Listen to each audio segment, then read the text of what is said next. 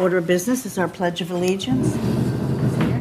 I pledge allegiance to the flag of the United States of America and to the republic for which it stands, one nation, under God, indivisible, with liberty and justice for all. Okay, thank you. Yes, we just discussed how sad everybody is over the football game. So football is put to rest for a while. Now we'll get into baseball very soon. All right, so the January meeting minutes is our next order of business here. So I'll give you a moment to look at it if you haven't.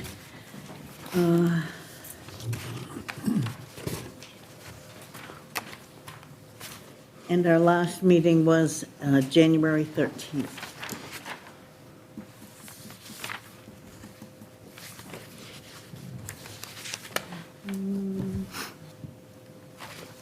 Okay.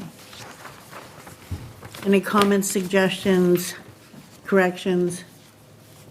Hearing none. Motion to move. Motion to, Second. all in favor? Aye. Any opposed? Okay, done. Very good, thank you. Thank you, everyone. Treasurer's report. Muriel, you have information for us? And It's two separate. Yeah, two piles. One is yours and, no, the whole pile. Keep is this yours. whole pile? Ooh, pass it on. keep this whole pile. Thank you. Good, the coat on the floor. Oh.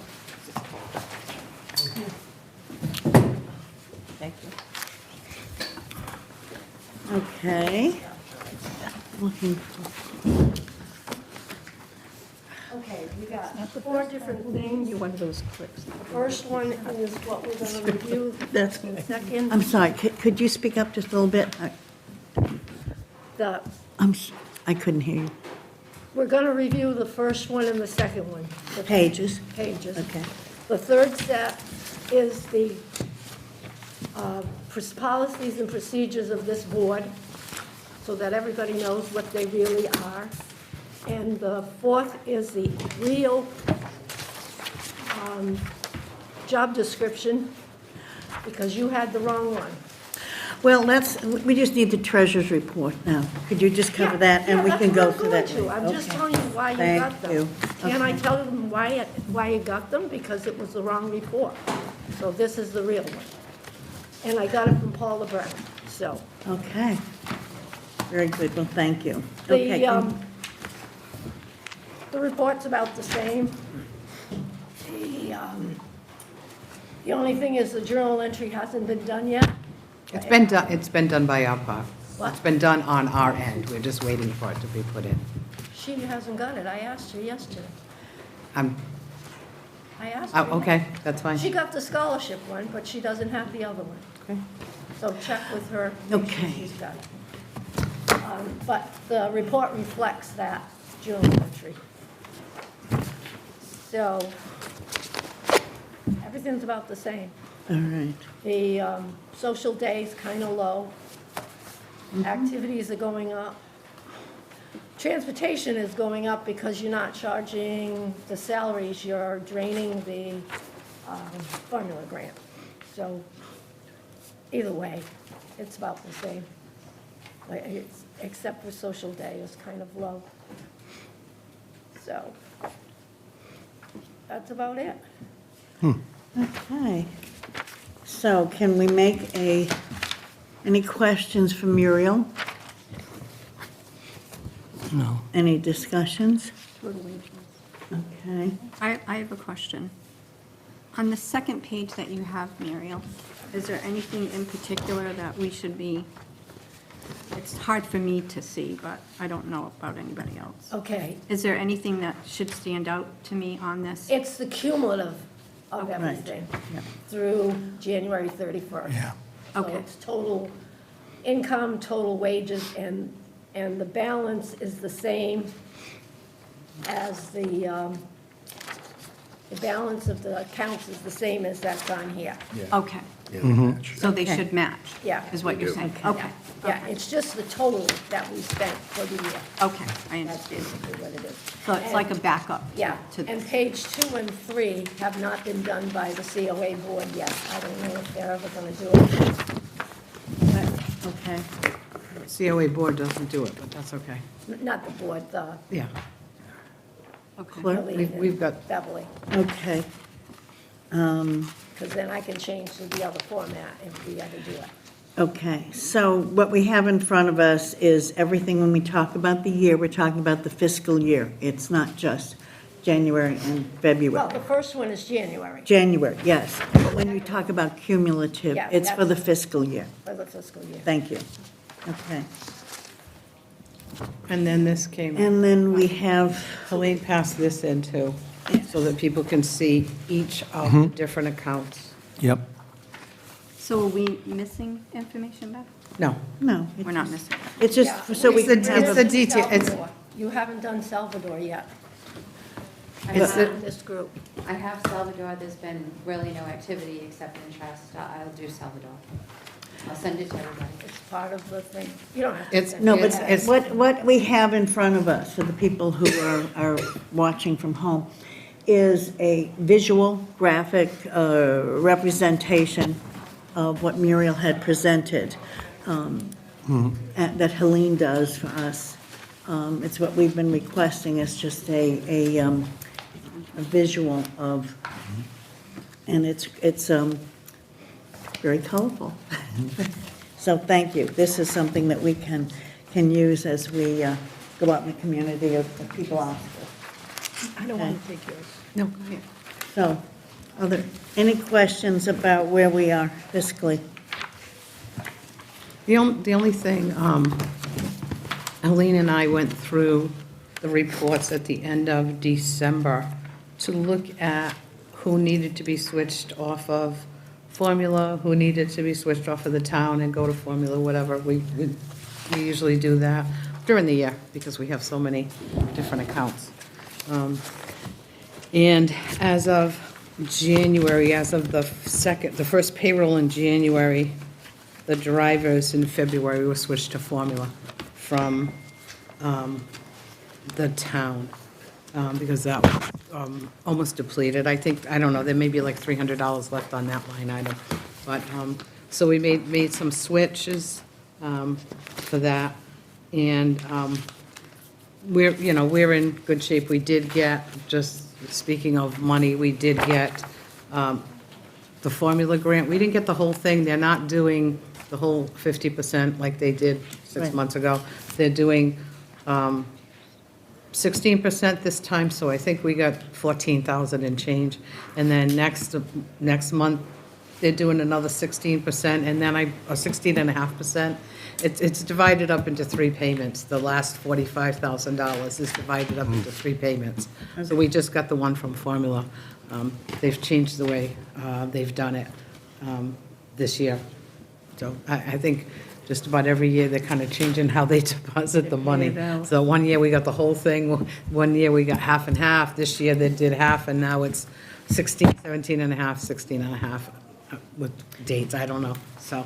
Why do they do that? I have no idea. I don't know if it's because they're trying to disperse the money a little bit at a time to make sure that they have the funds. I'm not sure. In case they have to. In case they have to, yeah, in case they have to cut, they have the last one that they could cut, so. And did they give you a schedule? of- Yeah, they sent it out. So it's- Vanessa has it too, and I think Nicole has it. I sent it to them so that they had it. Okay. So they sent it out so that we have it. Terrific, I So guess. there was one supposed to be this week, which we did just get.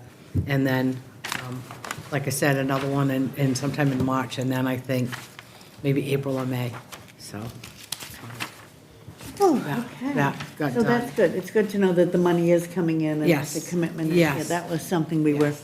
We were a little. waiting on. And both, Ernie? both reports are literally down to the penny as far as the total, so Yeah, it's literally down to the penny, so, good. Thank good. you. So, From the banker, yeah, coming from the bank, yeah. from our fiduciary banker.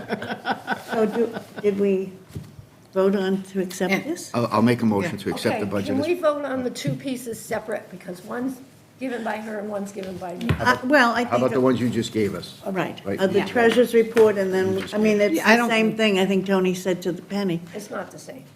I don't believe you need to vote on the graphic one. I don't think No, I you mean, have it's to vote it's on sort that. of to give us a A ballpark. visual, Right. that's- because this is what the board asked for a Right. long time ago. Right. They wanted something that was a little bit easier to this- read and a little Okay. bit easier. But as far as what she just presented, Yeah. So the motion Right. would be, we'll motion is, accept the the two treasurer's forms she just presented us is the down to the treasurer penny. presented. Down to the penny, and I make a motion to accept her proposal at this. I'll second.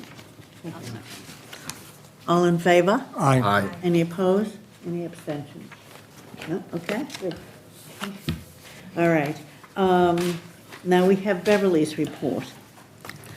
A couple of Please. things with correspondence first, before I go through the report. I did get an approval for my SNAP outreach federal fiscal year '26 budget was finalized and approved, and the amount that was approved was $19,750.90. The application assistance budget is $14,829.73, and the outreach assistant budget is $4,921.17. We get 50% of, when we submit, we get up to 50% of that. So it's about right. It's usually we get $5,000 to $7,000 a year, depending on. Which one? Which grant? The SNAP, the outreach, I'm Oh. sorry, outreach revolving. Yeah, we call it, we're SNAP partners. So it's SNAP Outreach Federal Fiscal Year is what they call it. So that's our outreach. So that budget got approved and it starts in October, I believe, October 1st to September 30th. And it's a little difficult to put together because you have to put it together in April for October. Just like our budget, we have to put it together for the following July. So it makes it a little bit complicated to try to look at how much we're going to use. I did, again, put together, I think I got changes right for everybody on the board. Yeah. I think I got I names. sent it to you. Yeah, twice, I got the names, I got cell phone numbers for people. I think I got everything right. I'm going to pass it around for people just to look at it to make sure that it's corrected. If not, correct it right on here and give it back to me, because I had a couple of different ones coming in. So we should just check it if it's Just okay. check it if it's right, and then I can print out copies for people. We were able to, I found this in cleaning out a drawer. This was from the Friends years ago. The Friends had this printed up, and it was a very nice little thank you note that people used. And Helene and I talked about it. We talked about the form letter that goes out for the deposit, the donations, and I thought it was so technical and not really. So we changed it up a little bit, and we Good. put in some really nice little cards Nice. that have the Westport, and it's got a nice big thank you on it. Good. And then you can write a nice little personal note when people do donations. Because I really felt the form letter was just too clinical. And I thought this was nicer, because we do get a lot Good of job. donations for memorial donations and things. So, and I thought they took a nice picture of I think, Helene, did you take the picture? Yeah, of the front sign. And, Just make sure that penmanship isn't like mine. no, we know better. We Yeah. Thank we you. have Joan write some, because she's got great penmanship, cute. and other people, so. Yes. But, And we have those available? yes, but we were using them for the donations, for that. And just so people do know, Modern Printing is still open. There was a person that, I think he was part of the family, because they supposedly moved to Mallard Printed, but there was somebody that's still, one of the family members is still running Modern Printing. And I just wanted to let people know that they're the ones that did this for us, and they do deliveries and everything, and, you know, we were really happy to stay with them. They were a longtime vendor of ours, so we wanted to stay. And they've been really supportive of, you know, all the things that we do, so we wanted to give them a shout out, because they did a good job with our cards. Thank you. Pending, for my report, pending grants, I haven't heard anything for the DOT transportation, for the operational funding, or the Mass Cultural Council at all. AARP 2026 Community Grant Challenge has an emergency management category. So I am going to work with the fire chief on replacing the emergency shelter materials that were destroyed in the shed or the trailer. So I'm working with him on that. I put a lot of it already together, but I have to get with him to see how, it's up to $15,000. And then the second part of it also has a home repair category, and I thought that that would be a very, very nice one to do for the outreach department. They, outreach agrees that the fund would be beneficial to many seniors. What we use our South Coast Community Foundation grant for is for repairs for people, but only for the product and the materials. We don't use it for labor. But this we would be able to use for labor and everything else to install, because it comes from the AARP. And the nice thing about the AARP grant, if I apply for $15,000 and I receive the 15 or 10,000 or whatever it is, they send you a check and you have the money to draw from. So it's not like a reimbursement one. A lot of the other ones are reimbursement. So you have to spend the money up front and then get reimbursed. So that might be a nice thing to do too. And I am also applying to AARP for our age-friendly community. I sent Eileen a template that I've been working on, and added some things to it, and we have to get a letter of commitment from the town administrator. So I'm gonna need to meet with Chris Vitale to do that, and to talk about where we're gonna go with age-friendly for this community. A lot of the things, it's really interesting because one of the questions, please describe the named person's role in the community age-friendly initiative, and it says 100 words minimum. Normally you have 100 words maximum, but some of the other ones are 250 to 300 words minimum, and it's like, oh my goodness. So I was doing a lot of writing. But anyway, a lot of the stuff we have already completed, a lot of the things that they look for. They look for surveys, they look for focus groups, they look for the different modules that you're working on. We talked about transportation, housing, health, all of those different things. So a lot of it's already included in this. So I foresee that we'll be accepted as a community, age-friendly community relatively quickly. I don't expect that, because usually people apply for it, and then there's things that they need. They do the survey, they do the focus groups, they do the consolidation, they do their strategic plan. We've already done all that work. So, because, and the reason I put that we haven't done it before is because the town was working with the building of the new high school, the new middle high school, and they were so busy with all of that work that when I did approach the town administrator, he said that they couldn't focus on this right now. But I think now is the time to be able to focus on this, because we've done a strategic plan, we've done a lot of work, and we have goals and objectives that we want to move forward with our strategic plan. So I put this together. So I'll try to set up an appointment to meet with Chris Vitale to do that.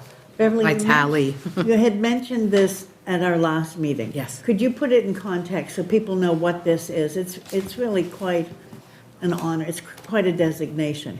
The state, when I went to my MCOA conference in October, I attended one of the in-services, and the governor has put together a whole plan on Reimagine Aging in 2030, the Massachusetts plan. And they talked about what towns and cities should be doing, what they should be focused on, what they should be looking at. And this was back in October. And this has always been, I've gone to a lot of these in-services and trainings and found out what we needed to do. And even before I applied, I started pushing forward with what we could do to get it started. So it's taking age and dementia-friendly action to create a more livable Massachusetts is what this plan is. And what we want to do, I think there's probably, maybe there's 351 towns and cities, and I want to say maybe 100 or 120 are age or dementia-friendly, have been certified through the state. And it's really a really good feather in the town's cap to be able to do this, because then the state looks at us at Westport and says, really, they're at the forefront and they're working on this with the programs that they're doing for seniors, with the space that they're looking to expand, and with the housing that they're looking to expand, with transportation that they're looking to expand, with supportive day programs, activities, all of those things, especially as our population grows. And our population is growing. I just got the numbers from Josh. I had called him the other day, knowing that he can give me, as a registrar, he can give me the numbers.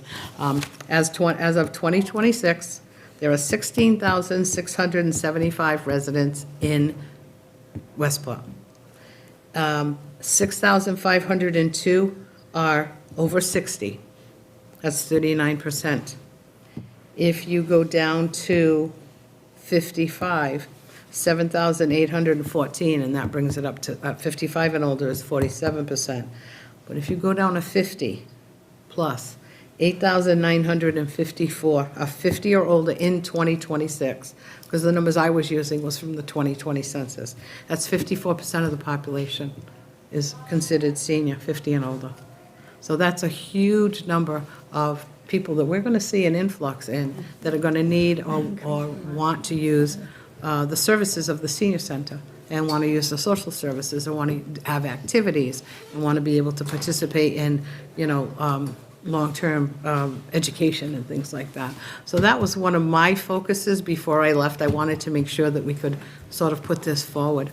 I think we're well on our way. I think there's a lot of things we've already done. So I think we're well on our way to be able to do that. Put that together. Beverly, I hate to ask you to do that again, but can you give us those numbers one more time, please? All right. Well, go ahead. 16,675 is the number of residents. 6,502 is the number of 60 plus, and that's 39%. And 50 and above is 8,954. That's 54%. 8,954 is 50 plus. And that's AARP age. That's right. When you hit 50, Okay. We're now 54%. yeah, 50 plus, we're 54%, yeah. Okay, 50 Yeah. and older. Yeah, Thank 50 you. and older, yeah. That's And right. that's the 2026 census that they get in here, that people had, sent their census in here. Tony has a question. Bev, Tony? with that designation, would that be more beneficial as far as applying for different grants? Absolutely. Do they look at that as you've reached the standards so that? 100%. It easy looks to for, it looks for best practices, it looks for how the town is doing. When the town is even applying for help with the roads or the sidewalks or anything like that, they say, oh, this is an age-friendly community. They're committed to doing this. So they're more apt to say yes to those kind of funds. it's important for them. Yes, it is. And I know, like I said, years ago, I was told that no, that they couldn't because they were working with the school. And I think there were two other best practices that the state was working, or that they were working, this town was working with the state. And one was IT, to get FiOS or fiber optics in the place. And the other was finance. I think they were looking to change something with the finance, and they were doing that. I don't know exactly what that goal was, but I know those were the two, along with the school. So we kind of got put on the back burner.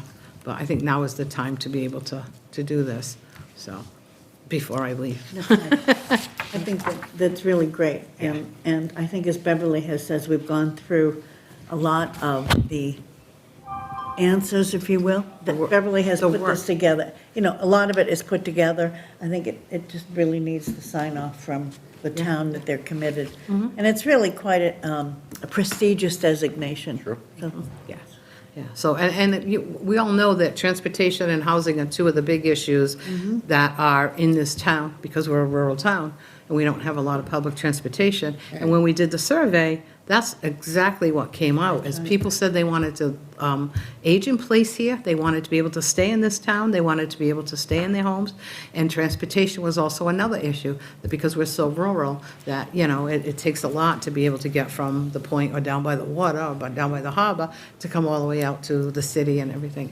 And grants are getting more competitive. Hugely Any edge we competitive, can get. hugely to our competitive. advantage. Right. Another important thing that I'm always reminding people is that every day we all age. No matter how old you are, we're all moving forward to aging. Well, you know, I know, I'm sorry, You're not, right? but the textbook is from age 25 on. I'm always reminding people that, so we're all aging, so it just, some of the issues are for all of us. Yeah. Not just for the idea that we are elderly and infirmed.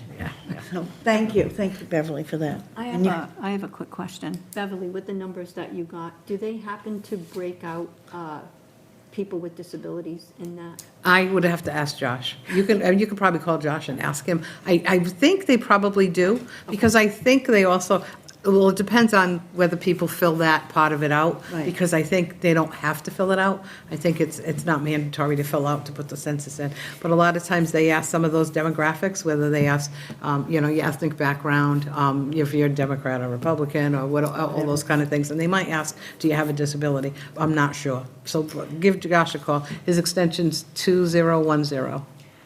Beverly, I think that there was something that we got about a year ago from MCOA that broke down by town health issues. Yes. And so that might be helpful, Lisa. It even got down to the degree, drilled down to like how many people were admitted to smoking. Yes. Cigarettes, using tobacco, and it was just, That report is on Massachusetts Healthy Aging Collaborative, Right. and it's UMass Boston, maybe? Amherst, I'm not sure who does it. We're waiting for our Boston numbers right now, because in order to be deemed, disabled, obviously if you have a placard, it's vetted through the state. So Yes, we're waiting yes. for those numbers right now with the DMV. But I can send you the link to that Mass Healthy Aging Collaborative, Yeah. and you can pull Westport right out of there. And there's probably about 6 pages of demographic information. It talks about who has heart disease, who has AFib, who has high blood pressure. It's all of those things. And it talks about the state percentage of how many people in the state, and then it'll give you your town percentage. So whether you're above or below, or, pretty much even, it talks about that. Okay. Thank So, you. yeah. That'd be great. Yeah, it's about 10 pages. It's pretty intense. There's a lot of information in there, so. That was the MCOA website that you said is on? That is Massachusetts Healthy Aging Collaborative. Okay, collaborative. And I can send everybody the link to Yeah. that, so. it was pretty, it was Detailed, dramatic, yes. really, in how it drilled down to people's illness, and so however you wish to define disabilities, so maybe Well, that's something. there's a strict thing Right. that we have to follow, that Right, but- deems someone disabled. You're right, but there may be people that are not aware that they could be having services. Okay. I'm sorry, Beverly. No, that's You okay. have more to continue. I think I told people we received the $5,000 grant award from South Coast Community Foundation, Senator Michael Roderick's Empowerment Fund.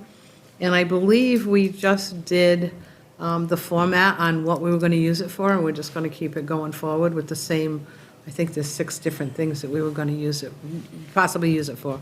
Marketing, technology, staff, paying for staff, scholarships, the outreach, repairs and things like that.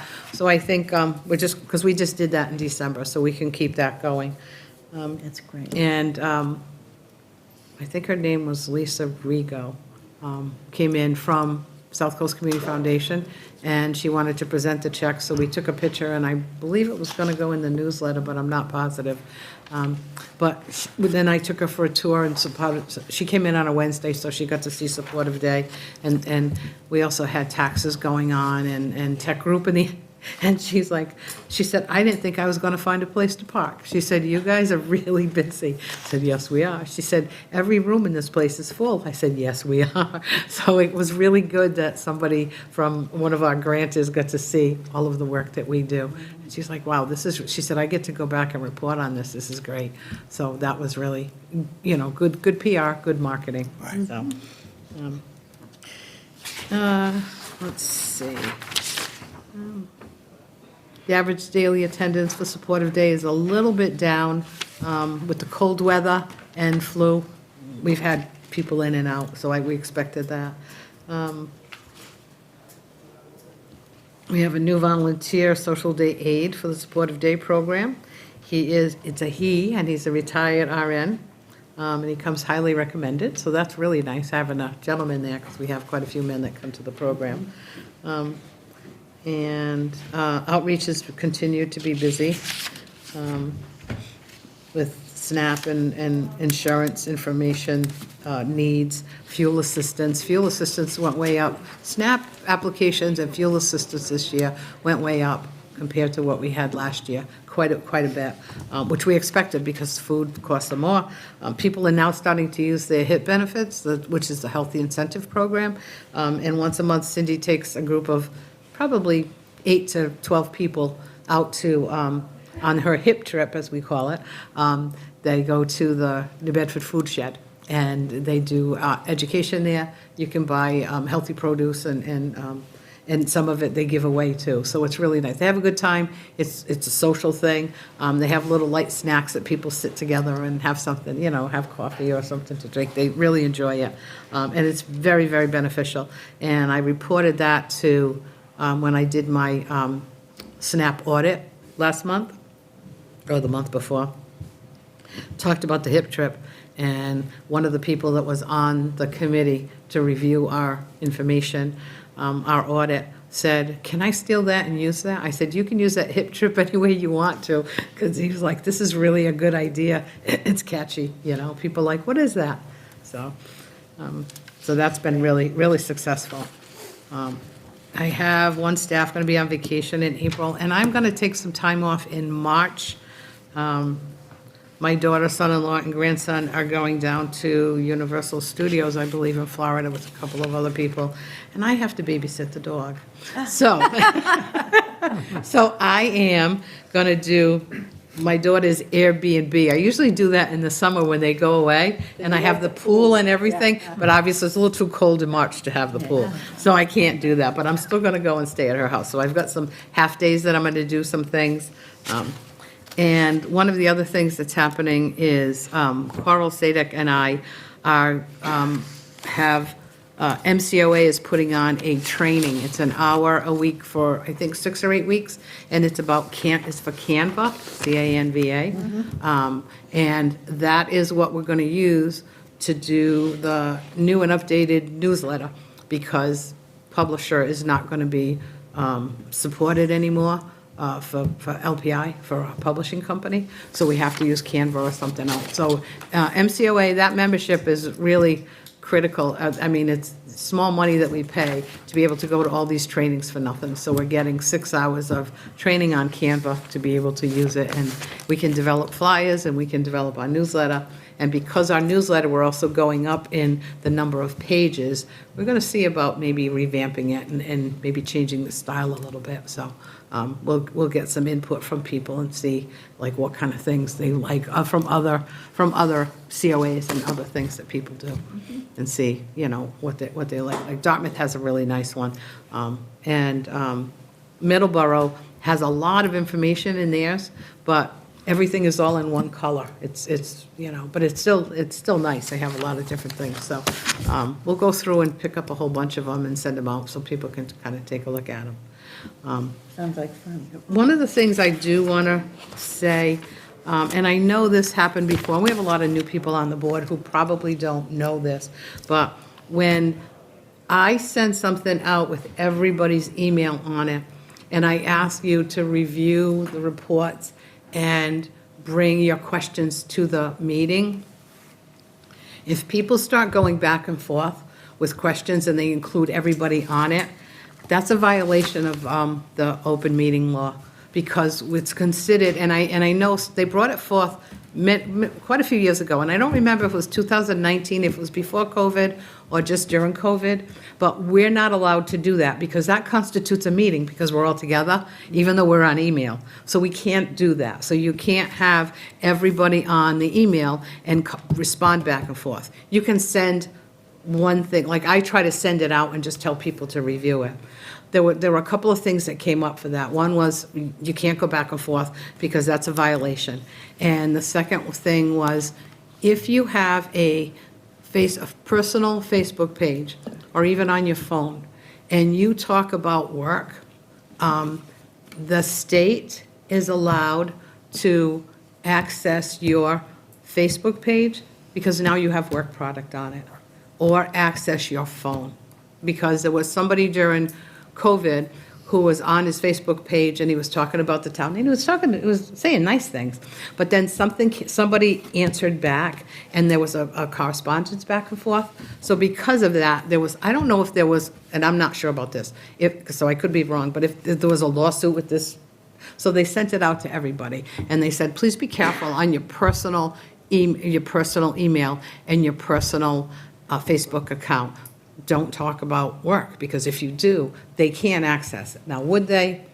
It depends on what's going on. But we've had people in the past, have issues on Facebook and say. And that's even So- volunteers, because. Everybody. It doesn't matter whether you're paid or you're a volunteer. Yes. We are working for the town Yes, in our There- capacity as a board member. yes. I'd like to comment on that, because after that actually happened, the original violation was actually when the original email went out.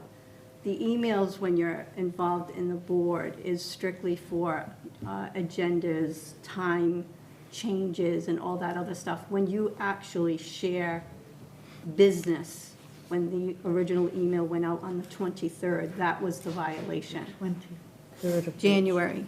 I'm not sure what email you're Which- talking yeah. about. So this is what I received from the Commonwealth. Okay? And it's specific on emails and what emails can, and what content emails can have.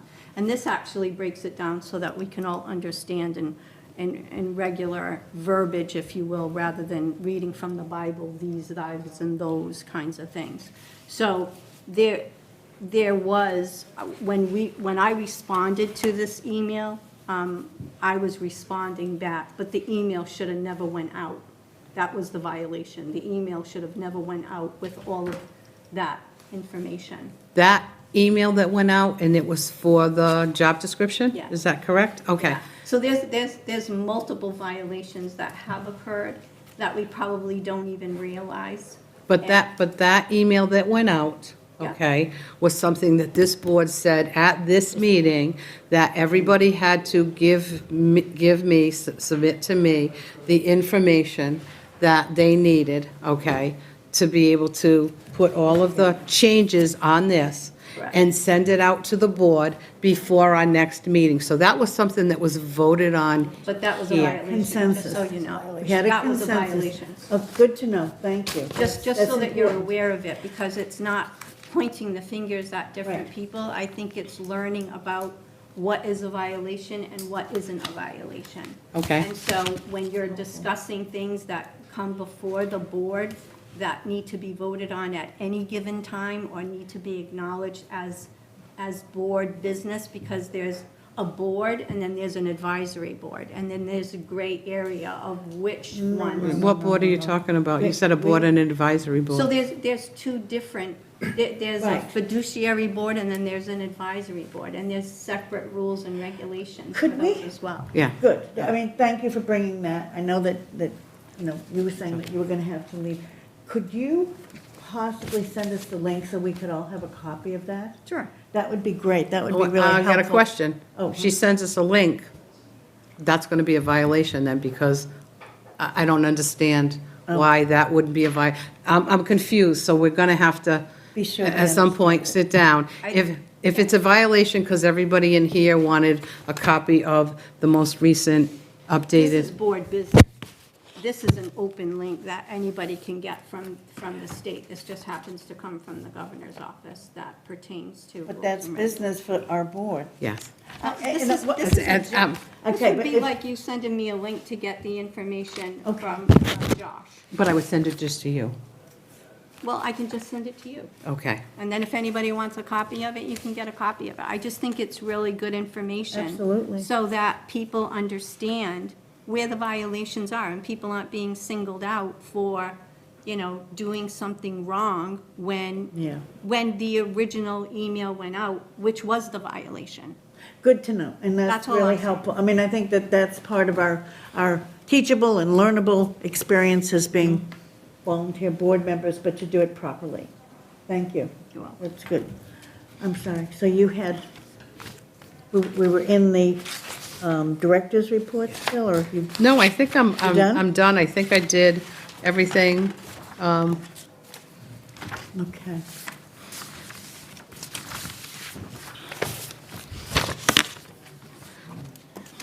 May I just make a comment? Sure. It seems to me that if you want to solve this problem that we're just talking about here, whether you get it from town council or you get it from someone, personnel department, you might be responsible for that if you're on the personnel board. There needs to be a one-page thing sent out to everyone what the rules of the game are. No ands, ifs, or buts. It shouldn't be that complicated. This is not that complicated. This is not rocket science. But if you're going to send things to volunteer board, just give me a second, if you can. Okay, you can put your hand down while I'm talking, okay? I hear you. It just seems to me that this isn't that complicated if you speak directly and clearly to the people who are involved. And we need to have examples. For example, let's talk about an email. Let's talk about a this. I did this while I was working at the department. When we had to send out legal analysis of policy issues, you had to draft very specific, clear, simple language and give examples. Intellectually listening to it and talking about it, then going back to your house and doing it. And this is not to cast aspersions on anyone, but it isn't necessarily logical how the world that we're talking about doesn't make, especially if you're a volunteer and you're sitting on an advisory board, okay? It's huge difference between sitting on a elected board like Dick is, where you have all these very clear denunciations. If you move down to advisory boards, I'm sure there are a set of rules. Okay, we know there are a set of rules. But if they're not handed out to us the day we get elected or nominated or put on the board that says, here, by the way, in your packet, this is what you can and can't do. So we've learned through this exercise, we've learned. But I think we need to not try to do interpretations. I think we need a clear letter. I don't know if it comes from the personnel board. That's a decision The town between administrator. the Yeah. town administrator, the select board, and the personnel board. As an FYI, going forward, this is how it works. Good. That would be my suggestion. Okay. Eileen, what I want to tell is that the town clerk, Could you, no, just, you're having construction someplace in the building, for those of you, and it sounds like, I don't know, like we're ripping the building apart. We have nothing to do with this, but it's interrupting being able to be heard. So Muriel, when there's a break, or could you just speak louder so that we could hear okay. you? Yesterday I discussed with the town clerk questions I had about email. She is in the process of making up a simplified sheet Good. to send to everybody, but it's going to take some time because she's got other, Right, right. she is working on Terrific, thank you. it, so that would be helpful. That- And I want to read this thing that I read in the Wait, book. wait. It says, Can we put the, is this in, oh, all right. What are we talking about? stop, really. What are you reading from, The Muriel? open meeting. Oh, okay. Can we either Okay. table that or put that in new business, because we're trying to get through some other things through our agenda? Is that, I mean, this is somewhat new business? I don't know. What is the? And it might be quieter Yeah, by the time we get to new business. this is not the first time this has happened to us when we're trying to be recorded. All right, so Muriel, we'll put this in New business. the new business topics not reasonably anticipated 48 hours in advance. It's right, yeah, board emails. Right, okay, so we can do it then. It's in the new business. Okay. So, here we go. Any more? No, I'm all set. You're all set, Beverly? Thank you. Thank you for your report. David, do you want to speak loudly about any of the updates of the usage of the old high school? Well, there's going to be I think, a significant meeting tomorrow. I mean, there's a lot of things that have happened up to tomorrow's meeting, okay, where some of us have been meeting with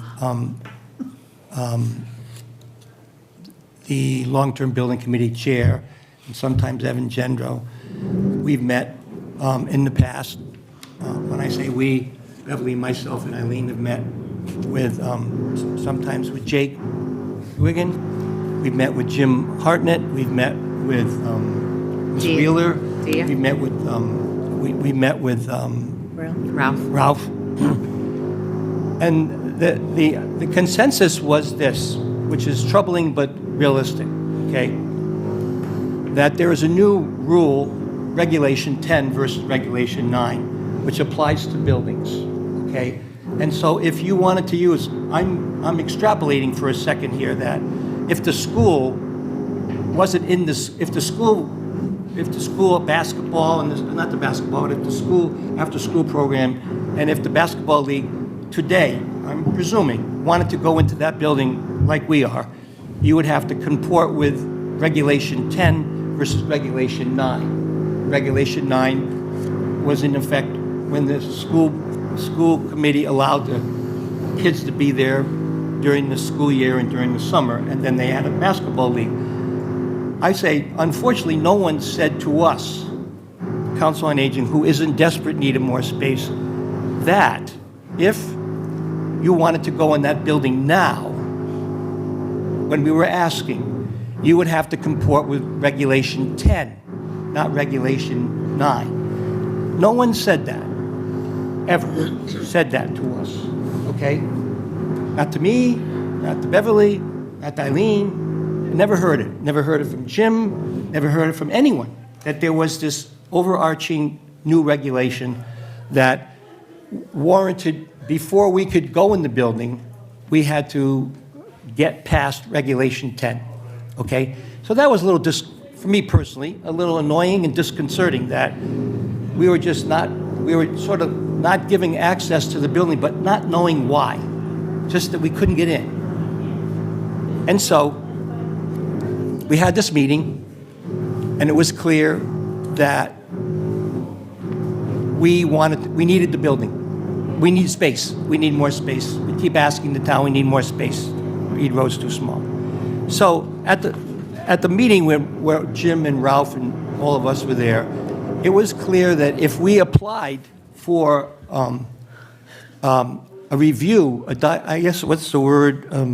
The synopsis? Yeah, Code synopsis, a code synopsis of the building, if we could prepare a code synopsis for the building, okay, and attach to it the spaces that you were interested in using, okay, there would be a synopsis of whatever use you wanted to use and whatever the new Regulation 10 required, and how did they marry up, okay? So we said, okay, gee, that's the first time we ever heard that. And we said at one of these meetings, well, all we really want to do right now is have exercise classes and teach classes. That's all we want to do is an educational component. Take what we're doing over at the Reed Road and bring it over to the high school. Well, okay, as Jim said at the time, Jim Hartnett said, well, can you put it on a map? I mean, can you put it on a map of the old high school? Which rooms you want? How much space do you want? Okay, why are you looking puzzled? Why are you puzzled? I'm puzzled. Okay, well, you have a puzzled look on your face. So, They're gonna stop for 20 minutes. okay, all right. So what happened is that we then said, okay, who should do this synopsis? Right. How do we get this synopsis?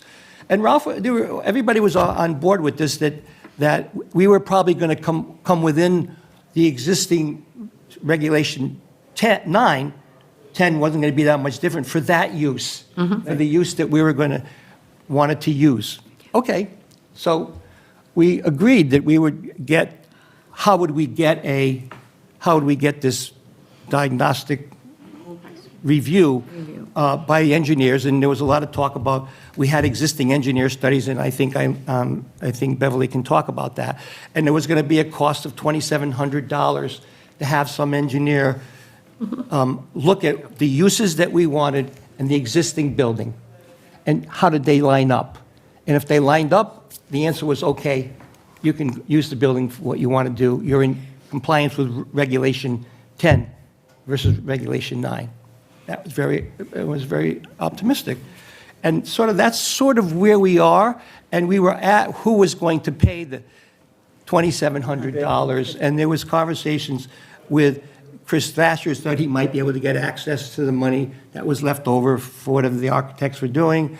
Beverly said maybe we can do it. There was a lot of conversation about how the $2,700, last night, it was presented that at a minimum, we would pay Council on Aging. At least that's what was said last night by Chris Vitale. Okay, I didn't know. I was sitting here, I wasn't sure who was going to pay the $2,700 and why we had to pay $2,700. There was some talk about they'd already done all this work before. Why would we do it again? Yeah. Okay, when we already know what the building is. I mean, it seemed redundant. Just okay.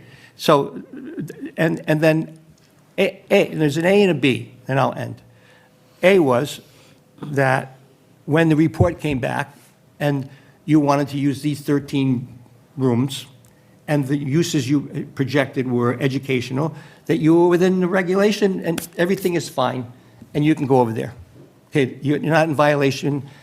If there were areas that didn't marry up with each other, there was a process by which you could review what the new Regulation 10 said versus what your use was. Okay?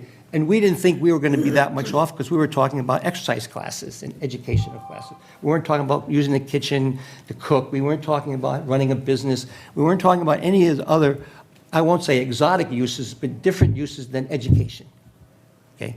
So that's sort of where we are. I mean, last night there was a acceptance that we would, and lastly, Ralph said to us at the time, well, we'll look at how these two things marry up. How does this work? Okay, what's Regulation 10 say? What do you want to do? And what the engineers say is acceptable and not acceptable. Okay, and then if it were not acceptable, what remedies would be required for us, and how much might they cost? I mean, we don't know what they are, but we know that the uses that we're projecting are educational uses, classrooms. Education and recreation. And recreation. So we're in this place. That's number one. So that's what's going on. What B is what's going on tomorrow night, which is we're having Thrasher met with us 2 or 3 times. Okay, I guess I can say this publicly, can I not or not? Yeah. No. Might as well, you're I- saying it. I mean, we've been working on numbers. We've been working on 75, 80 million.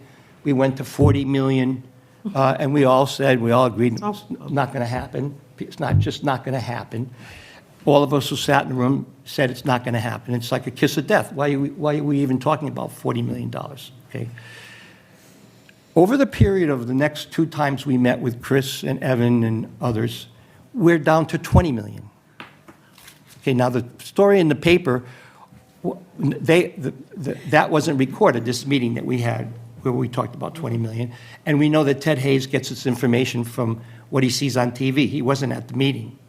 So when you read the article in the paper last week that said that we're going to have a conversation at the tomorrow, on next Wednesday, for considerations, because the building committee is trying to figure out the final report. What's the final report? What's the A, B, and C that we've concluded after all this time?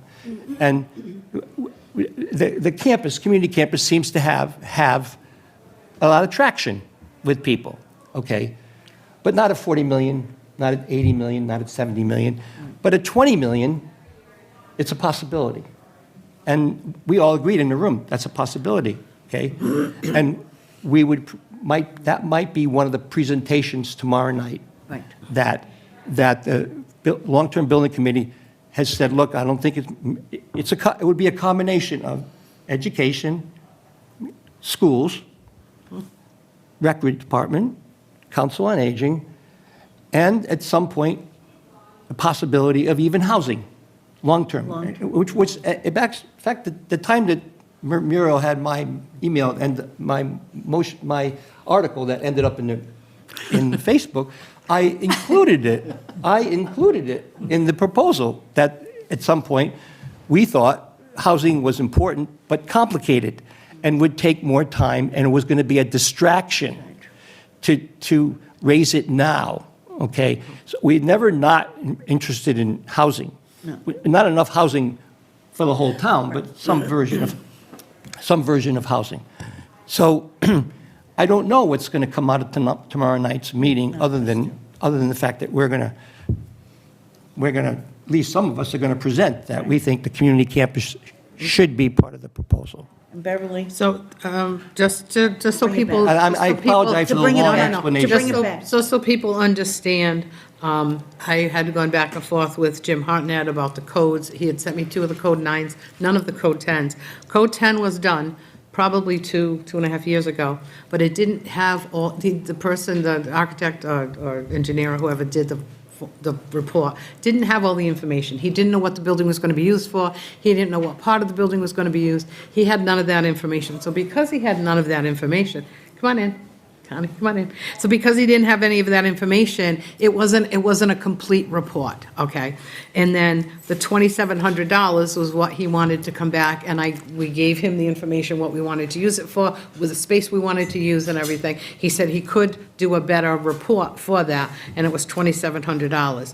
Chris Thrasher was supposed to be checking to see if there was remaining funds in the original fund that they paid for the architect. And evidently, if the COA is going to pay, evidently there's no money left in that fund. I guess they used it all for their other synopsis and everything else. But I think it's like $2,795 that we said that's short money to be able to at least get this done and see where we can go from now. So that's sort of where we're at with that. So my question is if we paid, and I think, and I might be wrong, but I know that we paid over $200,000 for the engineers that have been doing these town meetings and all of that other stuff, correct?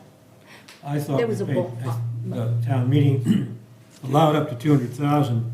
The last number I saw was like 180. Yeah. And there Okay. was Yeah. So 20,000 left over. So based on 180,000, you mean to tell me that they wouldn't have enough documentation to put That is forward correct. whatever? That is correct. Because they have to look at these, Well- what we're asking for. I've worked on many RFPs in my career to know that when you pay that kind of money, this is kind of like a minuscule thing as opposed to the vast information that you need. So I would just like to weigh in on cautiousness, like, yes, we'd be more than happy to pay for this in extra, but I don't really think that this information is in that information that they've done before. And We're couldn't, not sure, because Sorry? It's not. it's not. it That's has what- to be. Well, no, because it had We weren't to do with the- included. Council on Aging was not included in the idea of using this space. So at the time that the original contracting was done, not all of the variables were included of what to consider. And I will say that it's a shame, and that's ancient history. What has come back, though, is that it would be time and materials not to exceed the budget of $2,750. It came from the Architect. engineer, Yeah. architect's firm. They have most of the materials. It should not take them that long to say what would be needed. And that's what we're hoping. It's really up to $2,750. But the original engineering did not have all of the possible contingencies or the possible requests. So now we're just catching up. And the code has changed from 9 to 10. And if we're going to do anything, we want it to be the best, the safest, you know, for our exercise classes. I'm not denouncing any of that. No, I it's mean, ridiculous. Respectfully, I just think that we've spent an awful lot of money with this engineering group, and I think as a result of the information that we're asking for, I feel that it probably is worth a shot, you know, maybe going through the select board and asking for a request for this report prior to dishing out additional monies for the mere fact that maybe they'll just do it for us. I mean, believe who it was, I knows? believe it was on the agenda last night, and I could not attend the meeting. No, We but were there. we were there. I was, we were oh, there. you were there, okay. I was there as well. I was- But what I'm saying is before we commit to paying additional monies, Mm-hmm. it might be worth it for us to go to the select board with their guidance and asking for this information, this piece of information, or would they be I mean, we spent $180,000 with these people. I mean, is it really Can I just say something, because $2,500? Okay, I just want to say that this is an aspect of bureaucracy that is just, we've waited a long time Yeah. to get in this building, okay? Regrettably, we weren't told up front that we were lacking this Regulation 10 analysis. Right. If we had known a year ago, we would have done whatever you're talking about doing, so that someone would have said, oh, gee, there's a new regulation, but what you want is within what is in Regulation 9. Go ahead, go right in, okay? It didn't happen. Yeah. I personally don't want to wait another, we're waiting now. We had a meeting 2 months ago, or a month and a half No, we ago. met in December, first weekend in. That it was an aha moment. It was an aha moment. Oh, we need to comply with Regulation 10. Who knew?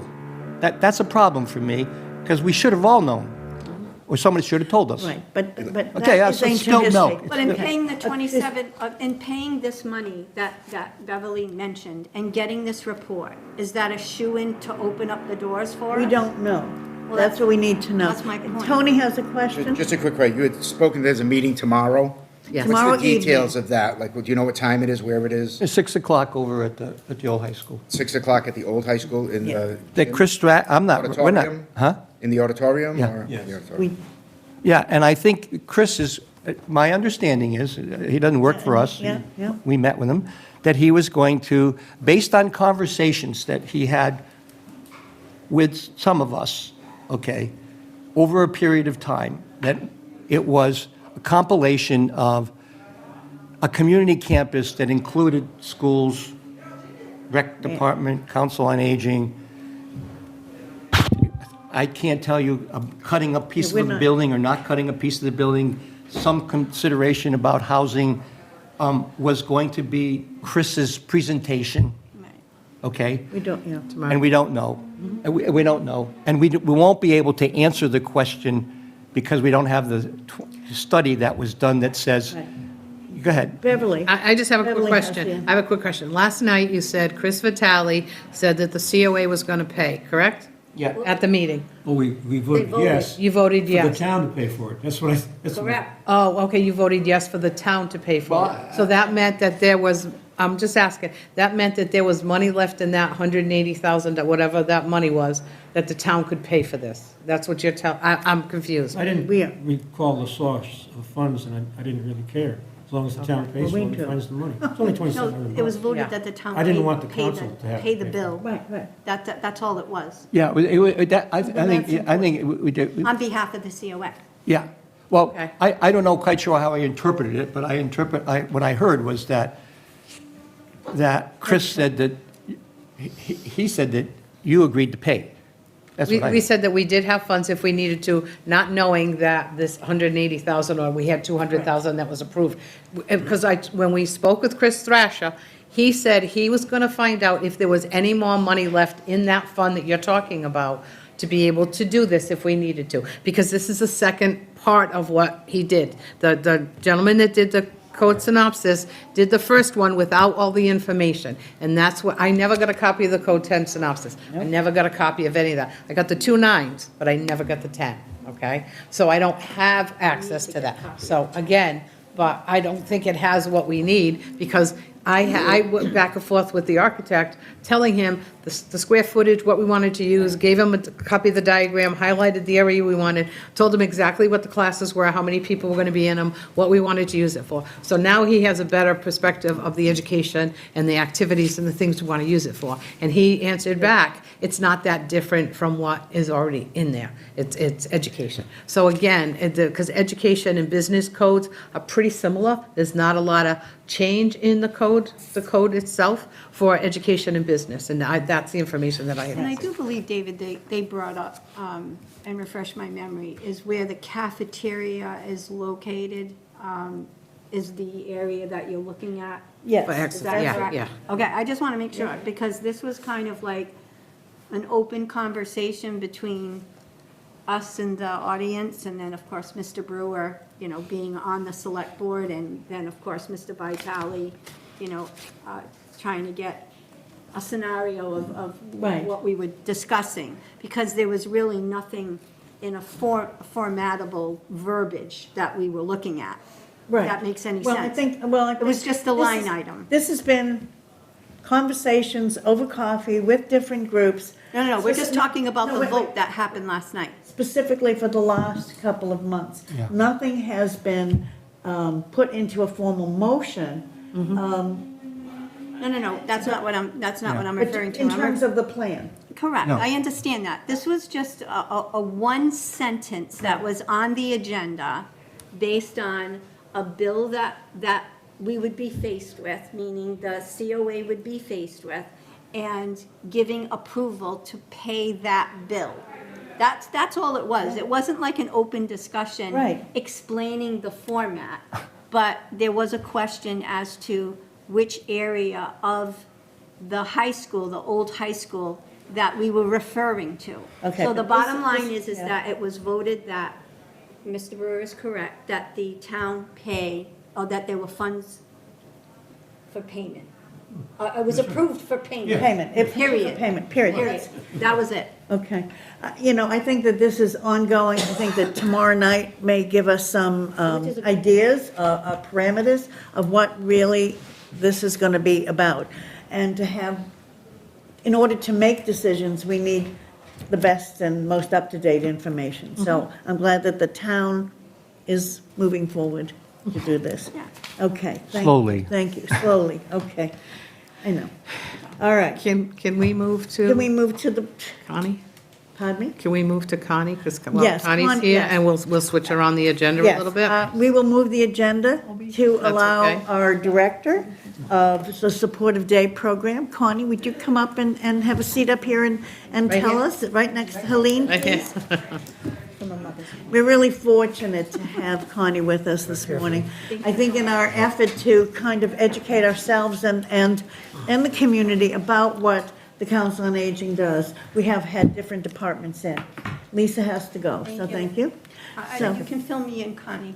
Okay. Or Bethany. Okay. Have a good day. Thank you. See us on tape. I know, and I got I them know. to stop for 20 minutes. Hey, Connie? Yes. Yes. So tell us about the Supportive Day Program and what we need to know. What we need to know. We don't know anything at all, so start us. Well, I know a lot of you do know a lot about the Supportive Day program, but I have been involved with the Supportive Day program since approximately 2010. I started as a volunteer when Mary Ellen Gomes, who was the original director of the COA when it opened, was there, and she was a friend of mine, and she mentioned I was a teacher, and I was not teaching anymore, and I was not doing, and I was looking for something to do. And she says, well, why don't you come and volunteer at the COA in the Supportive Day program, which is what I did.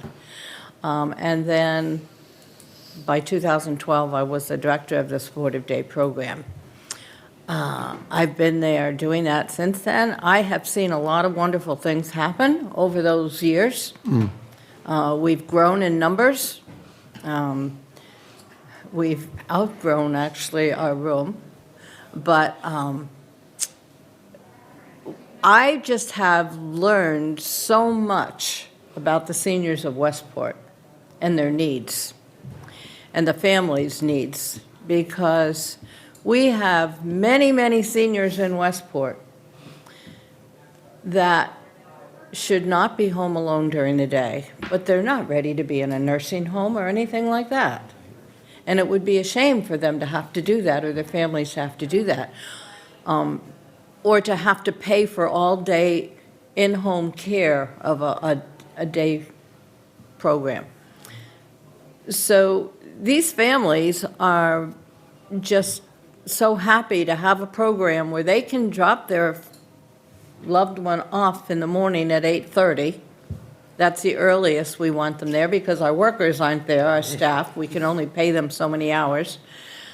So they can drop them off at 8:30 and pick them up at 2:30 when they're getting home from work or home from school. We have some that are teachers, some that are different things. And know that they're safe, that they're having a good time, that they're getting exercise, they're getting food, and they're not concerned. We're thankful that over the years, we've had very few accidents at the COA.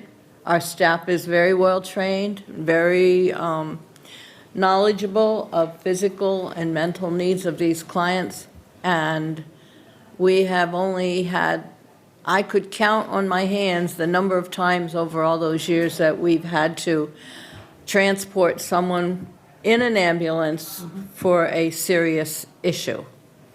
Most of their problems happen at home, believe it or not. They fall at home because they're comfortable at home. They don't use their walkers, they don't use their canes, and they trip and fall at home. So they come in, we give them breakfast. Again, we give them a welcoming smile and talk and conversation, which we have one dear lady that comes in every once in a while. She comes in tears because her morning has been so stressful, even just getting up and having her daughter get her dressed and bring her here, because her husband is at home and is in such a state that he can't come to the program. So there's a lot of friction in the house in the morning, and she comes in and she's in tears because it's been a bad morning. It's up to our staff to change that atmosphere and to get her to forget about what happened in the morning. And we're able to do that through a number of different ways, get them thinking about other things. After breakfast time, which again, it's like a continental breakfast. It's not bacon and eggs. A lot of these people eat something at home because they have to take a lot of meds. And we encourage them to take all their meds at home because we're not a medical model and we cannot handle their meds. We can't, even if a family says, well, they have to take these at lunchtime, we can't handle them. We can only remind them to get it out of your pocket and take your meds, because we're not a medical program, okay? So the majority of our people, they take all their meds at home or when they go home in the afternoon. There's a couple of people that are able to take care of their own meds and mentally and everything else, and they will take some at lunchtime. And there's one gentleman we remind at lunchtime. We'll bring him a cup of water and we'll remind him, and he'll get his little container out and he will take his meds and we're all set. After breakfast, we do a day in history time, a program that we pay a little over $200 a year for, right? It's called Activity Connection, gives us a lot of ideas for crafts, for things to discuss with the people, special things for special occasions, and it also gives us information about what important happened on this day in history, famous people in politics, movies, entertainment, music, that have a birthday that day and little things. And so each day we go through that. And it's amazing, sometimes people who have very little memory, certain things they know a lot about from the past. And you ask them, they'll know somebody from the movies or from music, or some of them are very into classical music or something like that. And so when a big composer's name comes up, they'll know it. And yet you ask them what they did 10 minutes ago, they don't know. Me too. But the long-term memory from when they were growing up is sparked and they can talk something about it. So that's really fun, because it's fun to see people who are challenged mentally in a lot of other areas being able to feel good because they came up with this name, okay? So we do that. After that, in the morning, if we're doing a craft, we will do a craft. We don't insist people do the craft. It's on a if you want to basis. Sometimes there are people that when they see what the craft is, they're not interested in doing it, so they'll go to a game table and play games with a worker. If they want to do the craft, we'll work with that. If we don't have a craft that day, then everybody's playing different kinds of games, and we have many, many kinds of games. Many. And we usually keep track of the winners of the games. Yes, everybody's treated equally, but we do have winners. And we do send home at the end of the day, anybody that won any kind of a game during the day, they'll either take home a little snack pack of fruit things, fruit gummies, or a cookie, or some little thing, a little bag of a box of raisins or something. So they will get to pick out of a thing what they're taking home for their snack that day, for their special gift for winning a game. And yes, there are days when a lot of people win prizes because we played a lot of games, and then there are other days when there's only a couple. And nobody seems to mind that they don't get a prize. Some days, everybody gets a prize because we have so many winners. Lunchtime is around, before lunch, we have a half hour of exercise, okay, every day. We try to have a half hour of exercise. There are a couple of days that's difficult to do. If we have a lot of people and we're stuck in our room, and we don't have the use of the big room, it's kind of hard to move the tables and chairs that we use in our room, which those of you that know the setup, to set up a big circle for exercise. So a lot of times, if that's the case, we'll just have them stand at their chairs, hold onto their chair, and we'll do a little bit of exercise that way.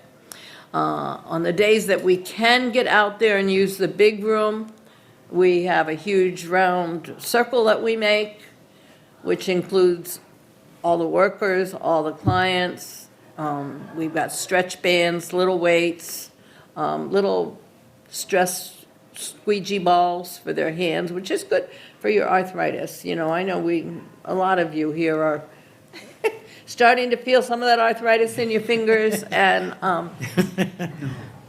so they have these little balls that they squeeze and release to try to keep the fingers moving so they're not so stiff. We have little stretch bands, and we have the weights. Then we have lunch at 12. Our lunchtime, everybody loves Wednesdays because we cook the lunch there. And in the summertime, we make the lunch all 3 days, Monday, Wednesday, and Friday. During the school year, on Mondays and Fridays, as many of you know, we get lunches brought in from the schools. Some of them are much better than others. Some of them get doctored a little bit. Some of them Connie's good at get that. doctored a little bit because they're supposedly very healthy for the kids, but they're not necessarily for the seniors. We get a lot of pasta from the schools, which is a lot of carbs, which kids need. Seniors don't need quite as many carbs, especially if they're diabetic. But we're thankful for that because it's a lot of work, buying, preparing, and everything, all the meals, all 3 days, on top of everything else that I do. Wednesdays, we have a lovely lady, Mary Ellen, who was the first director of the COA, has been coming in ever since COVID, every Wednesday, and she does the meals for us on Wednesdays. She is moving, though, however, so I will lose her probably in a month. So we will be looking at adding something there. In the afternoon, we usually do group kind of games, and again, it depends on if we can have the big space out in the big room. We have a lot of group games that I know Beverly's come in and joined us sometimes, where we have team sports. You play goalie in the broom hockey game. I'm the goalie. Broom hockey, we have all kinds of Cornhole. beanbag toss games. We have golfing games where they hit a golf ball into little targets. We have all kinds of things, but we always make teams. So they're cheering for their team, and even if they don't do well, they're cheering for the other members of their team. They're very supportive of each other. You know, we get some people that are very incapable of doing almost anything, and it takes a lot of encouragement just to get them to throw the ball or to bounce the ball, because cognitively, they're having challenged with understanding what you're trying to ask them to do. We have a wide range of clients. We've had as many as 4 people on wheelchairs. We're down now to where we only have 2. Actually, right now, we only have 1. 2 of them are rehabbing from illnesses and slight strokes. We have a number of people that are in the hospital right now. Again, it's a time when a lot of people are sick, and so these seniors are very vulnerable. So while we were up to where on Wednesdays we were having 28 to 31 clients on a Wednesday, which is a lot of people with a lot of different needs to take care of, now we're down to almost 20 on a Wednesday because we have a number of people out right now, and we've lost a couple that have to move on to another program because of their needs. We could not meet their needs anymore. Everybody asks me, why are you still doing this? You're 81 years old. And most of us that are doing it, it's because these people give back to us. When we see their smiles, when they come in the morning, and when they leave in the afternoon, we know we've accomplished something, and they're happy. And anybody that's around them in the senior center, you know, you realize that you're doing something that is meaningful to other people. And that's important. And when you hear, I get so many notes from caregivers, how thankful they are for this program and how much it means to them. They need a break. If you've ever cared, and I know I had her mother, if you've ever cared for anybody, it is mentally and physically draining, and you need a break. And it shouldn't all be on the family. I think as a town, we need to continue to have a program like this. We really do. We have more and more people that are needing it. And to just say, I know a number of years ago, somebody in town hall, I don't know what position it was, but they said, well, that's not our job. That's the family's job to take care of these people. And I don't agree with that one bit, because the family needs a break from it. The family is making the decision to spend money or send their person to our program.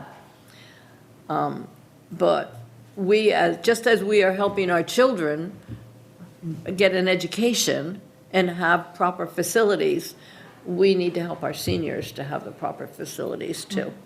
And you do a lovely, lovely job. I speak from personal experience.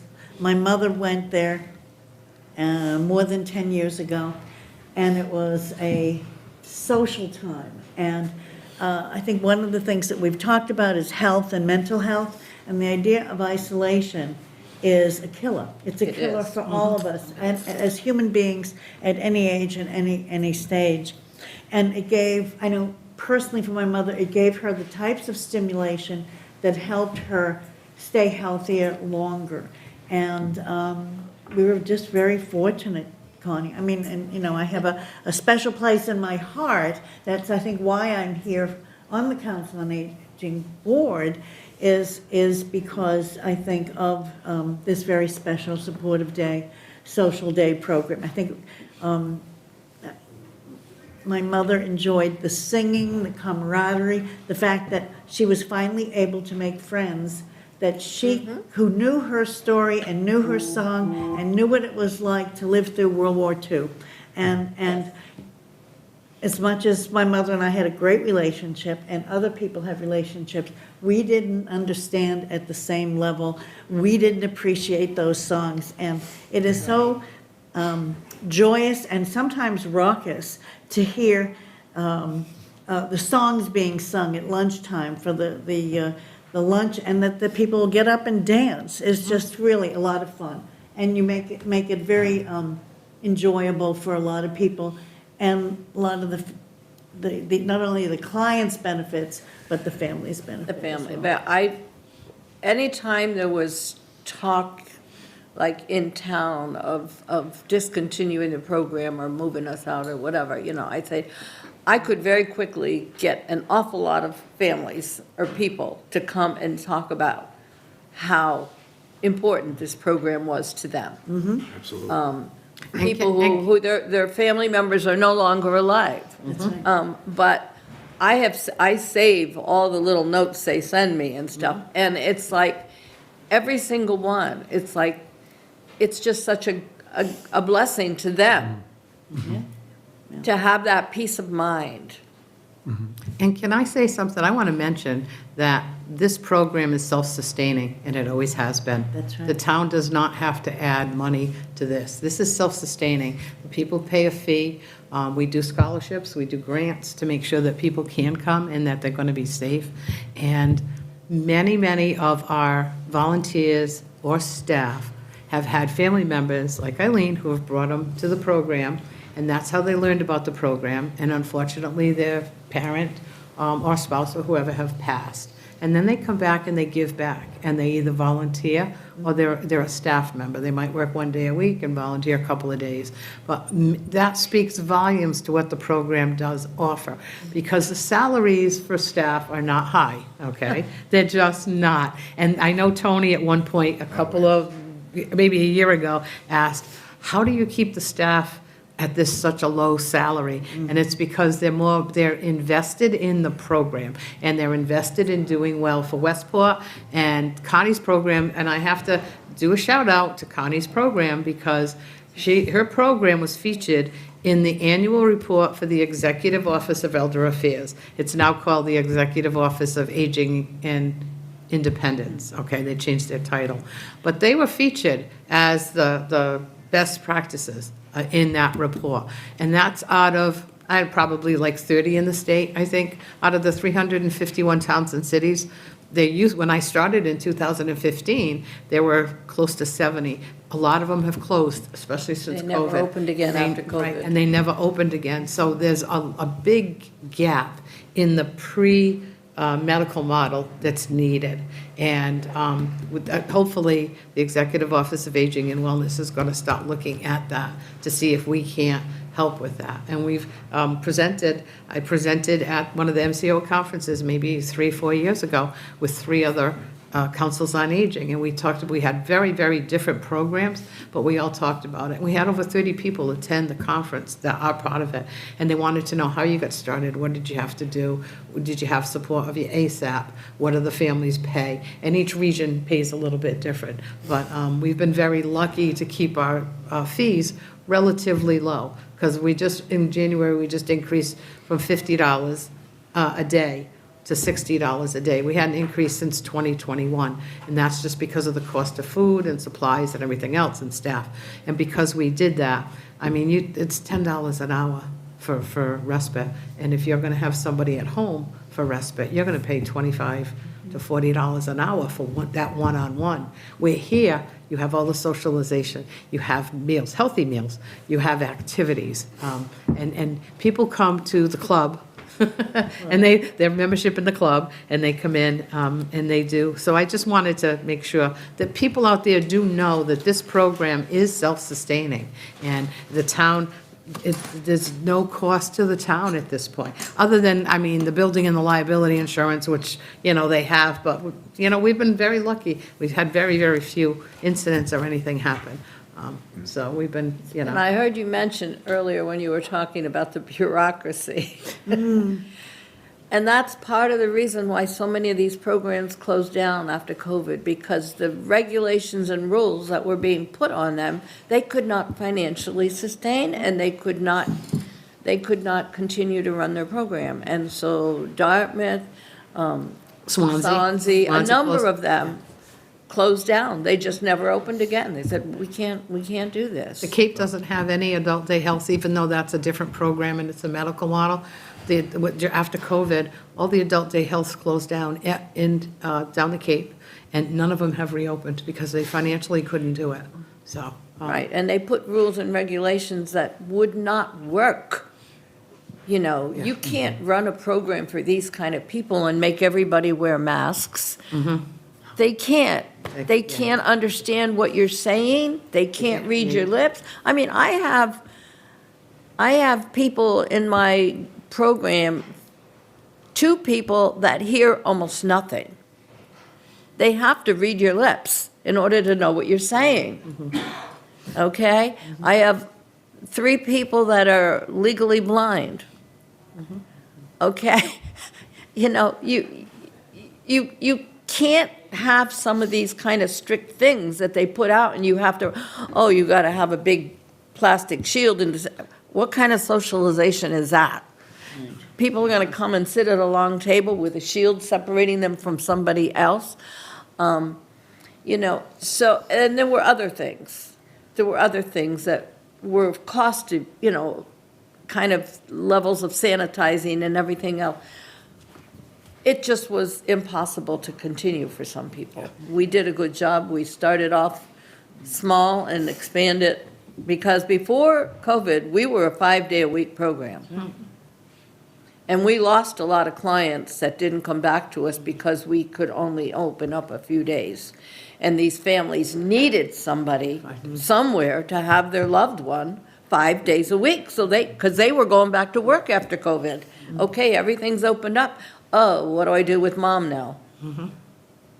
And so they found out very quickly, but by sending them to our program a couple of days a week and sending them somewhere else a couple of days a week does not work with someone with Alzheimer's or dementia. They cannot deal with the change. They were going crazy. They were going home and screaming and yelling, and no, they didn't want to go. Because they didn't know where they were going. They need the consistency of the same place. And so we found that out very quickly, that some people just had to decide to put them in a different program rather than ours, because they had to be in the same program 5 days a week. Thank you, Connie, for You're coming welcome. I'm today. sorry Thank you for your taking time. more no, time. no. No, But you- no. Once I get started. We may have questions. Tony, you have a question? Yes. More of a question, but I just want the staff to know, and the volunteers, that this board, and I'm not speaking for everybody, but I kind of am. Yes, please do, please. Very much supports that program. That's right. We are aware of what goes on there, some of us more than others. I know. It's an amazing staff. It Mm-hmm. takes special people to do that. We not only support that, but we support the staff and the volunteers. Thank you. And we appreciate what you do, because it's special people to do jobs like that. And it is a very important program.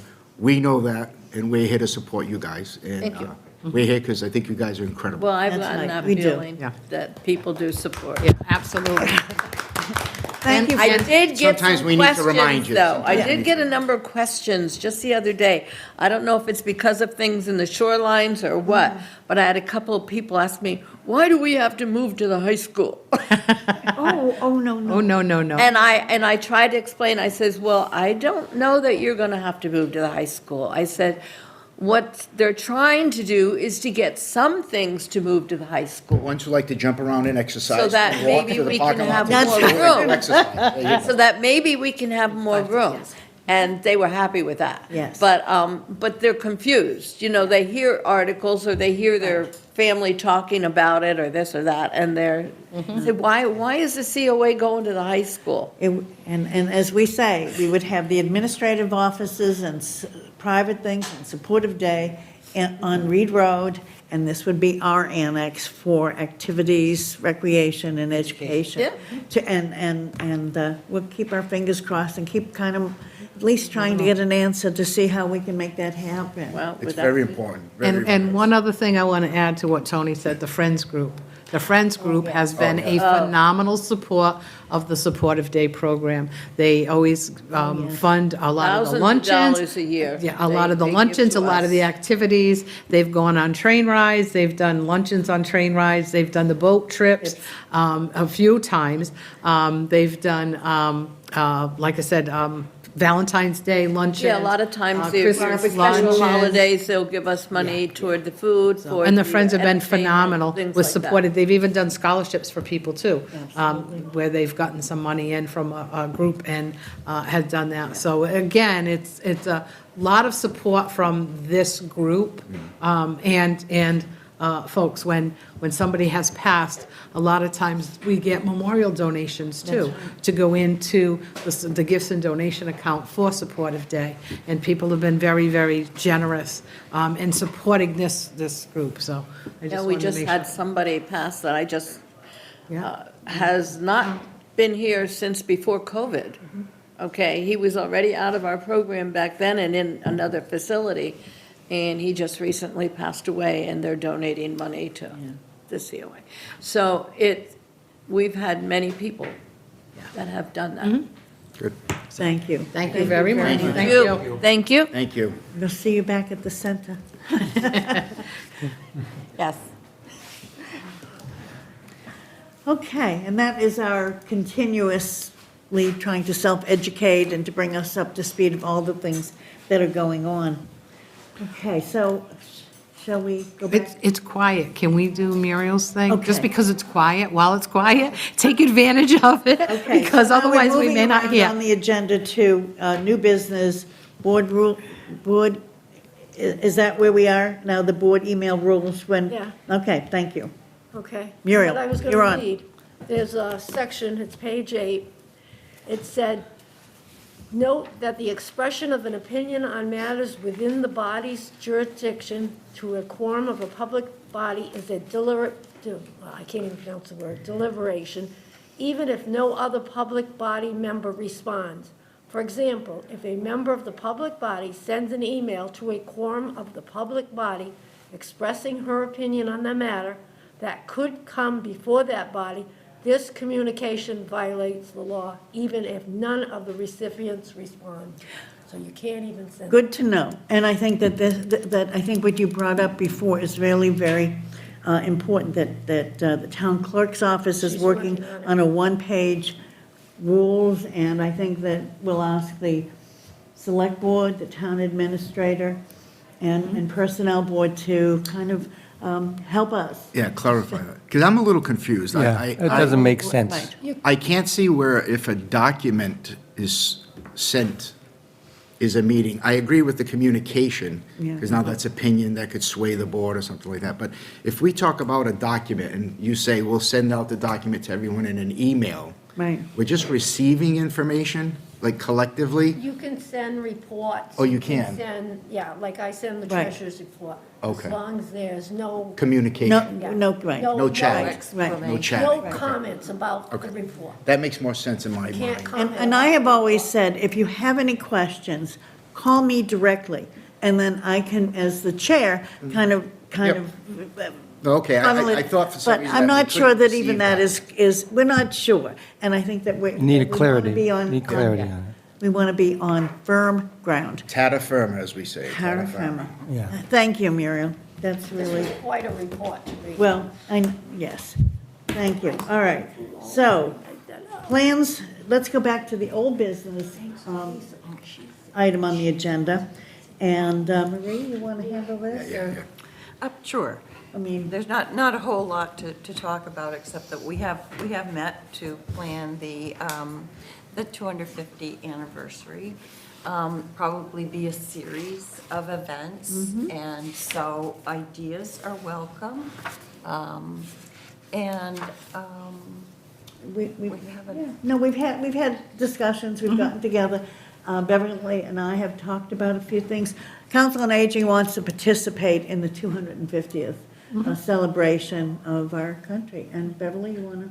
I have reached out to Carol Cohen. Yeah. Who is the lady that does the Abigail Adams My information. She does half in a performance, and she dresses up as Abigail Adams, and then half as a PowerPoint. And she talks about the Daughters of Liberty, 5 women who were very instrumental in the Massachusetts and the Revolution and all that. So she has agreed to come on March 27th at 10 to 11:30 and do her presentation. I had emailed her and I had spoken to her, so I wanted to collect her. But I think Fridays are a good day for us as far as being able to present that, because we can move the exercise classes a little bit earlier, and then she could come in and do 10 to 11:30, and then the social day has lunch. And again, it's all about trying to schedule everything, because we only have so much room and so many spaces. But I think people would like to come in and see Abigail Adams. It'll be obviously a free thing. She's terrific. And so that was, I just happened to reach out, and she emailed me back. So, and I had looked online to the Mass 250 and other things, and there's a lot of education and things going on in Concord and Lexington and other places, but they're all involved with colleges and things like that too. So a lot of that, but I'd like to keep it, fun and light and see what people would be interested in. I also met with the Westport 250 group originally with Irene Buck and some of the other groups. And I had put together, I looked through the Historical Society and looked at the dates and picked out certain names of people that maybe we could do some information on. And I can't remember the names of a lot of the people that I did, because I sent it back probably, I don't know, close to 9 months ago, so I don't remember them all. But anyway, she's gonna come and do that, so that was good, so it kicks us off for March. And then I'm hoping every month we can do something. And then the other thing that is happening that Westport is doing, they called and asked if they could have one van on Friday, August 14th, and 2 vans on Saturday, August 15th, because the Revolution 250 is doing, they're bringing in a ship, and it's going to be someplace at the harbor, I think, and they want us to shuttle people back and forth. And it's going to be from 11 to 4 on Friday, August 14th, and Saturday, August 15th. And they're going to shuttle people back and forth so that they can go and do the... Westport or? Westport? I think they said Westport. So I was like, okay. Yeah, that's So, what Betty Slade is working on. Right. It's the yes, Shallop yes. so-called. What is it called? Shallop. Shallop? It's a smaller boat on a larger boat. Okay, Looks like a whaling boat. okay. And they have a replica, an original. That's pretty good. Cool. So they had asked us if we could do that, and I said, yeah, I have drivers that can do that, and they'll be willing to do that. Because we usually work with some other folks in town, too, for different things that they have. And then there's another event on Sunday, July 26th, and it's a house tour. Yeah. And I'm not exactly sure if it's the 250 or not, but it's a house tour, and it's, they wanted a shuttle bus from 11 to 4 again, it's Drift Road, from the head up to Town Farm and back, and there's, I don't know how many houses, but they're gonna drop people off at houses, and they do house tours. So I'm sure there's probably some of the older homes that are historic, that have been around for a long time, that they're gonna open up. It's interesting. So, yeah, so they're gonna do Farm, that. probably somewhere on Yeah, Assistant Farm. so it's gonna be, that's Sunday, July Handy house. 26th. A handy house. So that's Sunday, July 26th, and we have a driver already in a van that will be able to shuttle people back and forth, So I think that, the subcommittee who was coming up with ideas, we've talked to Beverly, we have some other requests out, and that we're looking to do more things throughout the year, not just in the summer. So, okay. You're welcome. So continuation of the repair fair. David? Well, I had a conversation with my neighbor, Patrick McBride, and we talked about, I got some literature I received from Beverly and Eileen, where it's going on in other, excuse me, in other communities. So I had a conversation with Patrick McBride, and we talked about, we created at least an outline of the kinds of things that we might be interested in and what we would need to do. We'll send a letter out to interest, what people, kind of interest would people have in doing this. We'd need to find people who have skills to either repair knitting or sewing, repair light fixtures, I mean, Woodworking, you know. woodworking, scratches. I mean, I think it's just to start at some point, because it is we have a lot of, as we know, people who are living by themselves and/or can't fix some things that other people can and have skills to do. And it's been very successful in other parts of the Commonwealth. So we thought we would, we got to do two kind of things here. We have to get an inventory of people who can help, an inventory of people, what they would want to be helped with. And then we would try to marry these two things up. And of course, I think this, again, bodes to the need for the old high school, because we'd have to have certain days of the week or month in which this would be going on. And we already know that the space at Reed Road is so limited that this would be hard to add to the Right. So it's something that's ongoing. idea we're working on. If anybody has a skill or a craft or something that they'd like to donate a few hours, this is really a fun event. We'll make it fun. Yeah, we'll make it fun. It could even be gardening. It Yeah. could be, you know what I mean? It could be painting, It could be anything. It carpentry, you know? could be anything. I think Right. it's Yeah. unlimited to what it could be. Right. I know that in Dartmouth at around the Bend Farm, they're doing something, Yeah. February 21st, I believe, is a Saturday. And it's just, if you need buttons sewn on or something mended. And, it just, and what we could easily do is for this service, a small donation to the food bank, here. Just, it's just helping, because sometimes it's really hard to thread that And it needle. would be nice, some people might have stairs that need, a new board or a railing that's loose. Yes. There's things too that could be not even help them, but could be safety We issues. could do it, we could do We it. can get a volunteer to go and, just Yeah. shear up a railing or something. So we are concerned. And I think we might want to partner with Coastal Neighbors Network. Yes. Because they have a couple of volunteers that do Yeah. some of those repair things too. So put a flyer out, see if we can't get volunteers to do it, and then maybe have the repair fair at our site, because the Yeah. Coastal Neighbors don't necessarily just have a site, but maybe we have the bigger site. So Right. Things like that. And I would just say, the minute you start talking about this, you'll find people coming out of the woodwork about what They can do. What they can do. what they could do or what they need. Both sides of this. Yeah. Okay, so we're pretty much through the agenda. I don't know if there is anything else. I have a couple things that I would like to just include. We had talked about this, Beverly and myself, and I wanted your opinion.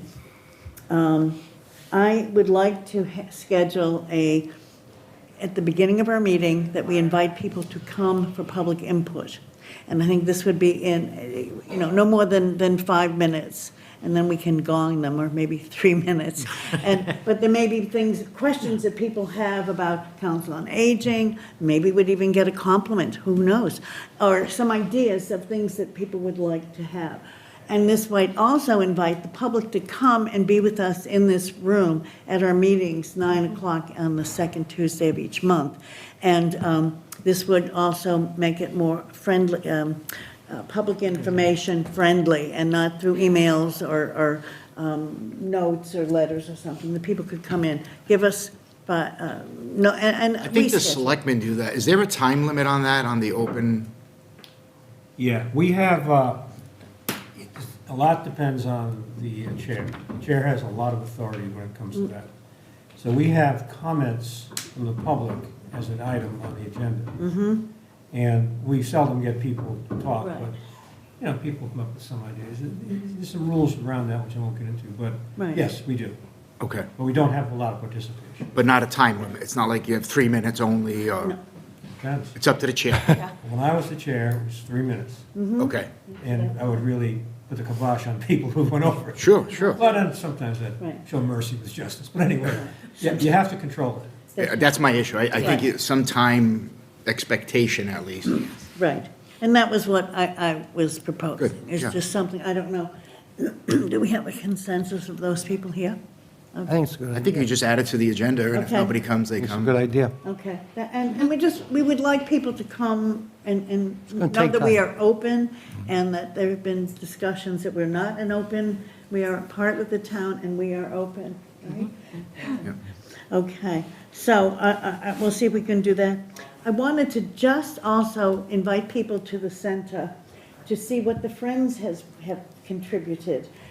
There is, as you come in the hallway, a display of the history of the Council on Aging in Westport. And if you're able to attend the anniversary party in December, these were some of the panels that were made. And it's just really lovely to see. And some of the same issues are the same, and some have been resolved. So Cindy, thank you to the Friends for making them. Okay. And does anybody else have any other items? I do. Okay. On June 26th, it's a Friday, from 11:45 to 12:30, we're going to do a luncheon. Friends, it's going to be the 40th anniversary of the Friends recognition, because Senator Michael Rodrigues was not able to come to the 40th party, and he had a certificate of appreciation, a recognition, certificate of recognition, that he was going to present at Rachel's, but he called me and he said, I'm stuck in traffic on 24. And he said, we've been sitting there for an hour. I was like, okay. What's the date again, Bev? I'm sorry. Sorry, Friday, June 26th, 26th. And where is that? at the center, at the senior center. And we're going to have a luncheon, and it's going to be from 11:45 to 12:30 or so, 11, whatever time for luncheon, and the presentation. And then after that, I have a gentleman named Kevin Richmond who's going to come in and do games. And we're going to go into groups and play games. We did that at the MCOA conference at one of the evening events, and we had tables of 8 or 10, and you played Jeopardy, and we played Family Feud, and I forget what some of the other games were, and it was a blast. He's really fun. A little bit provocative, but oh well. But, and Supportive Day is really interested in being able to do that. One is because they want to thank the Friends, and they want to recognize the Friends group. So that was it. And a lot of them wanted to play some of the games, too. They wanted to get involved in the games. So that's on June 26th. It hasn't really been announced yet. I'm just announcing it here. We'll put the flyer together. But I had to coordinate with Kevin Richmond and Senator Rodrigues and Carol Scarborough and make sure that we could do all this. So we'll be putting something out, but it'll be a nice way to present with the Friends and recognize the 40 years of supporting the senior center and what they do for us. That's So, great, yeah. thank you. Yeah. Okay, so, hearing no more Motion to adjourn? motion, may I hear the motion to adjourn? Motion to adjourn? I'll second. Second, all in favor? Aye. Thank you very much. See you Thank you. in March. Thank you. March 10th. Hope it's warmer and less snow. Yeah.